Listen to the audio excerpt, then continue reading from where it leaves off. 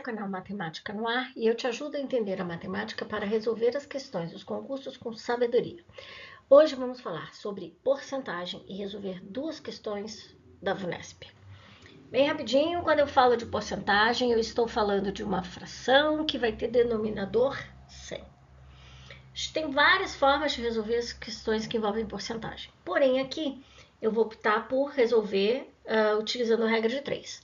Mas gostaria de lembrar vocês sobre processos que vocês também podem utilizar quando aparecer porcentagem, tá?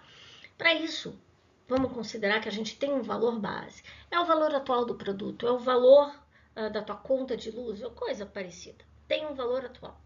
Estou chamando de base, tá? Eu tenho esse valor. Eu posso dizer que esse produto ou essa conta pode ter um aumento de 10%, como também eu posso ter um desconto de 10%. Então, quando eu tenho um aumento, o preço vai subir, quando eu tenho desconto, o preço vai ficar menor. Ótimo.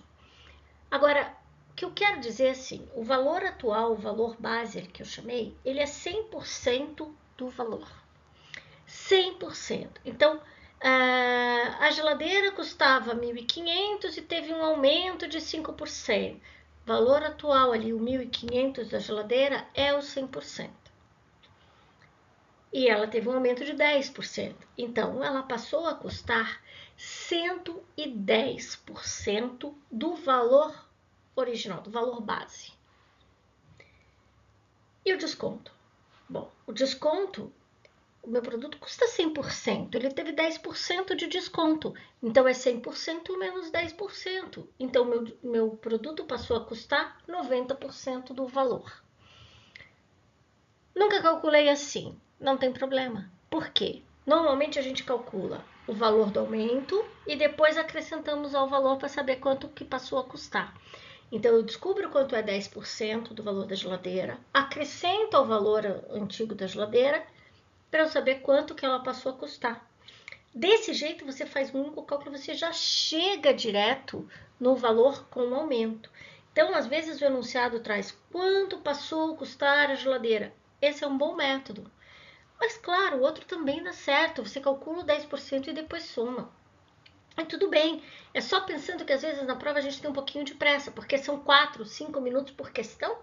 Então, aqui pode ser um caminho para agilizar seus cálculos, tá bom? E como que eu calculo 110% de um valor, né? Eu vou usar como exemplo 650. 110% de 650. 110% é uma fração, 110 sobre 100. Tá aí. Agora é só multiplicar. E como que eu multiplico a fração? A gente vai multiplicar o 110 por 650 e dividir o resultado por 100. Então, eu multiplico 110 por 650, divido por 100. Tem que ser nessa ordem? Não. Você também pode dividir os 650 por 100 e o resultado você multiplica por 110. Vai dar certo. Ah, eu aprendi a simplificar. Ótimo, também poderia simplificar. Bom, uma outra possibilidade, muito comum até nos concursos, é utilizar o número com vírgula. E como que eu sei qual número que eu vou usar? Se é 110%, isso é 11, é 0,11, é 1,1, como é? Né? É 1,1. E como que eu sei isso? Eu vou pegar a caneta aqui e eu vou riscar para você. Ó, a gente tem aqui, ó,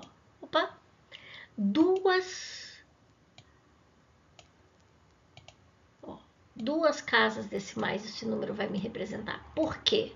Porque eu tenho 2 zeros. Se eu tenho 2 zeros, é uma divisão por 100. E a gente, depois de fazer tantas divisões por 100, a gente observa o que acontece com a vírgula. Então, eu vou pegar o mesmo 110 e vou deixar duas casas decimais. Esses 2 zeros vão representar as duas casas decimais lá. Então, o que eu vou fazer? Eu vou deixar esse 0 é uma casa decimal, esse 1 é uma casa decimal, e a vírgula vai ficar entre o 1 e o 1. Então, fica 1,1. Esse 0 você não precisa escrever, tá bom? Então, é divisão por 100, e sempre vai ser 100. Você vai acabar, digamos assim, deslocando a vírgula para a esquerda, duas casas. Feito? Então, agora nós vamos para as questões da VUNESP. O preço de certa máquina para construção civil, que era inicialmente de 5.000, sofreu ao final de 2021 um aumento de 10%. Em 2022, o preço da máquina sofreu um novo aumento, que foi de 15%, calculado sobre o preço vigente desse ano, de final de 2021. E aí, chegando assim ao valor de... Então, tinha um valor que era 5 mil, teve 10% de aumento. Pá, cheguei no novo valor. Pego esse novo valor e aumento 15%. Então, se você já sabe calcular a porcentagem, é hora de parar de assistir esse vídeo e resolver e voltar aqui para conferir. Se você não se sente seguro, tudo bem, assista mais um pouquinho e depois você tenta resolver sozinho, tá? Vamos resolver? Vou dizer o seguinte, que 5 mil reais equivale aos nossos 100% e teve um aumento de quanto? De 10%. E quanto é o 10% de 5 mil? 10% você multiplica por 10 e divide por 100.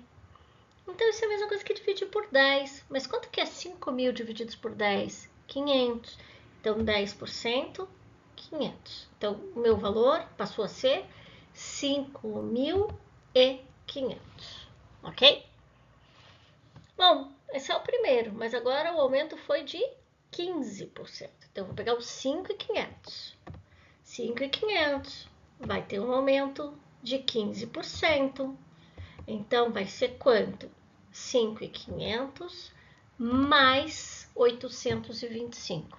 Total, 6.325. Como que eu calculo 15% de 5.500? Você vai multiplicar 15 sobre 100 vezes, né, essa multiplicação por 5.500. Feito? Vamos para outra questão que é um pouco mais trabalhosa. Um hospital tem leitos comuns e leitos de UTI. A informação obtida desse hospital é que os 17 leitos ocupados de UTI representam 85% dos leitos de UTI e que 72 leitos comuns ocupados são 75% dos leitos comuns. Com essas informações, é possível afirmar que o número total de leitos desocupados do hospital é... Eu vou pegar a primeira frase, leito comum e leito de UTI. Agora, eu vou pensar só na UTI. Eu tenho 17 leitos ocupados e eles representam 85% dos leitos de UTI. Vou escrever exatamente isso. Os 17 ocupados representam 85%. Ah, mas quantos leitos de UTI tem lá? Dá para descobrir? Quantidade de leitos de UTI vai ser 100%. Então, eu posso escrever que X equivale a 100%. E se eu calcular o X, eu vou determinar a quantidade total de leitos de UTI. E como que eu calculo utilizando a regra de 3? A gente vai escrever as razões na ordem em que elas aparecem. Então, eu tenho ali 17 e embaixo X. Então, eu vou escrever 17 sobre X. É igual a 85 sobre 100. Vai lá. Você não precisa escrever 85% e 100%, tá? Por quê? A gente vai estar dividindo por 100 no numerador, dividindo por 100 no denominador, e aí a gente não precisa escrever. Tem um vídeo aqui no canal que eu explico detalhadamente por que não precisamos escrever, tá? Agora vamos lá. Vai ser 85 vezes x igual a 17 vezes 100. Como as pessoas costumam dizer, multiplica cruzada. Só fazer a conta. Então, 17 vezes 100, 1.700. E agora eu divido tudo por 85. Então, ótimo. Achei que x é igual a 20. E o que significa esse 20? 20 é o total de leitos de UTI. De acordo com o enunciado, a gente tem leitos de UTI e leitos que são comuns. Então, agora vamos descobrir os comuns. A informação dos comuns é que 72 leitos equivalem a 75%. Então, eu quero saber 100%. E agora eu chamei de y. Escreva as razões da mesma forma. 72 sobre y está para 75 sobre 100. Multiplico. 75 vezes y é igual a 72 vezes 100. Tudo bem. Multipliquei. Agora divido por 75 e y é 96. E o que significa esse y?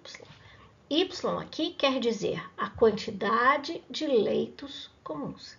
Então, eu tenho ao todo 20 leitos de UTI, dos quais 17 estão ocupados. Eu tenho 96 leitos comuns, dos quais 72 estão ocupados. Bom, vamos ler o enunciado para a gente ter certeza do que a gente tem que responder, porque não tem 96 nessas alternativas, não tem 20. Vamos ver o que é que o enunciado pede, está lá na última frase. Leitos desocupados. Quantos leitos desocupados eu tenho de UTI? Eu sei que eu tenho 20 ao todo, mas 17 estavam ocupados. Então, eu tenho 3 leitos aqui. Agora, dos leitos comuns, eu tenho 96 ao todo, mas eu tenho 72 que estavam ocupados. Então, a diferença é a quantidade de leitos desocupados. Então, eu tenho 3 leitos que são de UTI, né? Porque é 20 menos 17. Ó, 17 estava lá em cima. E, no caso dos comuns, é 96 menos 72, que estavam ocupados. Então, eu tenho 3 de UTI, 24 de leitos comuns. Total, 27 leitos desocupados. Ok? Bons estudos.